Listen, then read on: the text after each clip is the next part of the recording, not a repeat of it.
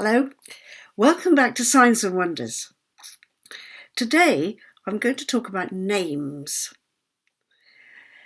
and what I'm talking about here is your name or my name, or how we name anything actually, because the name of something has a certain power. And if you name something and you haven't got the name quite right, then you have got a mismatch between your perception of what it is and the substance of what it is. So if you have seen an earlier recording, you may have heard me talking about the substance as being the basic spiritual fabric, in a way, of who or what you are. And therefore, you need to find a name for that. And it might be that you choose your own name, or it may be that by special synchronicity or special coincidence, the parents that you have given you a name which is just right and it works for you and you feel comfortable with it and you don't want to change it. Or you may have been given one name which was really quite okay, and if people have abbreviated it or turned it into a nickname or a diminutive, which means, of course, they make you smaller when they give it to you. Like if your name is Timothy, which is a really special name, and then they always call you Timmy or Tim. And that's reducing the quality of the vibration of the original name into something which is not so strong and not so positive for you. So you must make sure that you feel comfortable with the name. And the name, as I say, may be something that has been intuitively given to you by the people who have brought you into the world. And I would say that about my name. My name, Theolyn, based on my grandmother's name, Theolyn, was given to me by my mother. My father was quite a religious man in an eccentric kind of way, but he wasn't present in England when I was born, and my mother chose the name herself, and she wasn't particularly religious. But you can see the first part of the name Theo is about God, and the second part of the name Lynn is about flowing or fluidity. Anyway, I won't go into that in any depth, but it's a totally appropriate name for what I have been doing all my life. Although it took me quite a long time to realise that, and also to realise that I should call myself Theolyn instead of just Theo, which is what I got when I was little. In fact, when I was little, I was sometimes just called Thee. How small is that? So you must find a name that it feels comfortable for you, and that gives you a sense of, when I say my name, I'm giving the world a sign of who I am. When I announce myself, when I sign myself, this is who I am. This is the substance of who I am.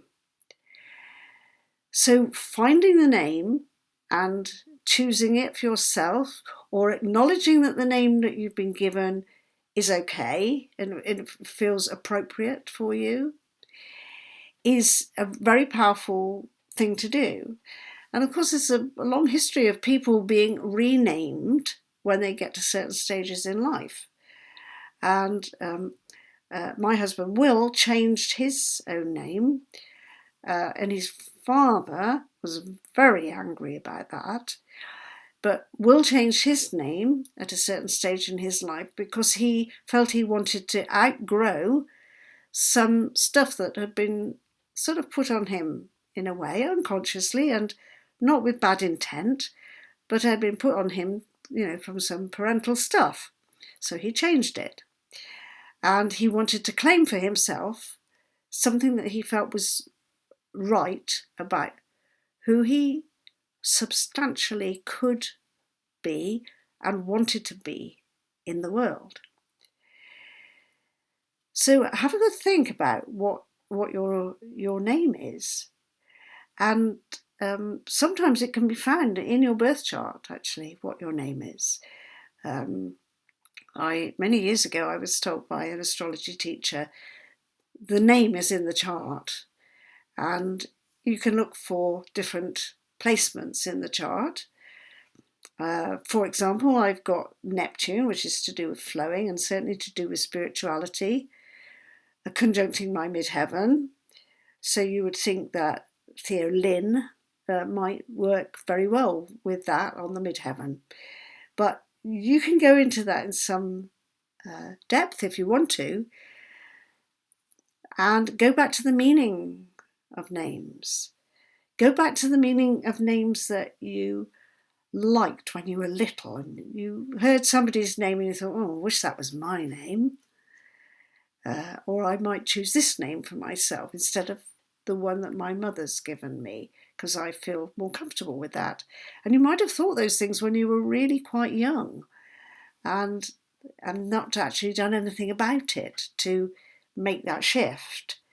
Because in truth, when you find the name that feels good for you, and when you can write it in your own handwriting and say, yeah, as I write this down, I am saying who I am, that becomes a very clear statement in the material world about your capacity, about your potential, and about your creativity and what you are going to create.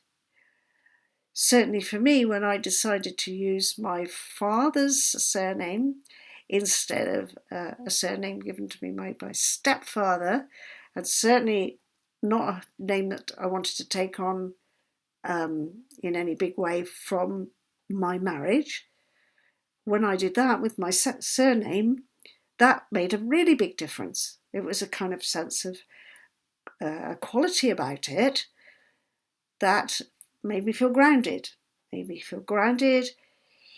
in a kind of ancestral stuff, of which I knew very little because I didn't know the man who was my father. I met him a few times, but and I couldn't find out a great deal about what his ancestry was. But nonetheless, there was a sense of this was a roundedness of me personally. And I think you could find that for yourself. Stand in front of a mirror and test it. Say, I am such and such and such and such. And it might be the first name and the surname or second name or family name. And or it might even, have a middle letter to it or something that you've found that well, maybe the letter of your middle name or something, or maybe 3 names. Announce it in front of the mirror. I do feel a bit sorry for the royal family members who've got strings and strings of first names, and I'm sure they find it quite difficult to remember them all, and they're only being given them because of various ancestors, but maybe that's actually important for them. So do that for yourself. Check out your names, and check out also, if you've got children, what drew you to the names that you've given to your children? What kind of intuition, what discussions did you have with your partner if it was a joint decision? Somebody in our family, there was a dream. The sister of one of the mother involved, phoned her up and said, I dreamt you had a child and you called him this. And it was quite remarkable because this mother wasn't necessarily particularly into dreams, but it was the name that she had actually chosen. So, names are really important. How do you get your name? How do you choose your name? Has it been chosen for you? How do you choose your name for your children? What were the names in the family background? Look at them. See what feeling they give you. And see if that's a feeling that resonates with your sense of your spiritual substance. If not, have a long think, a long consideration as to whether you're going to go down the route of changing it. So that's all I've got for you today. But grounding your life purpose is also about, grounding who you are in the world. So have a look out for that course, which is still on a very special offer, very economical to do, and could give you a really brilliant perspective on who you are in the world. And if you want me to supervise you in it, mentor you on weekly meetings, I'd love to do that. In the meantime, keep meditating and keep shining. Many blessings to you and yours.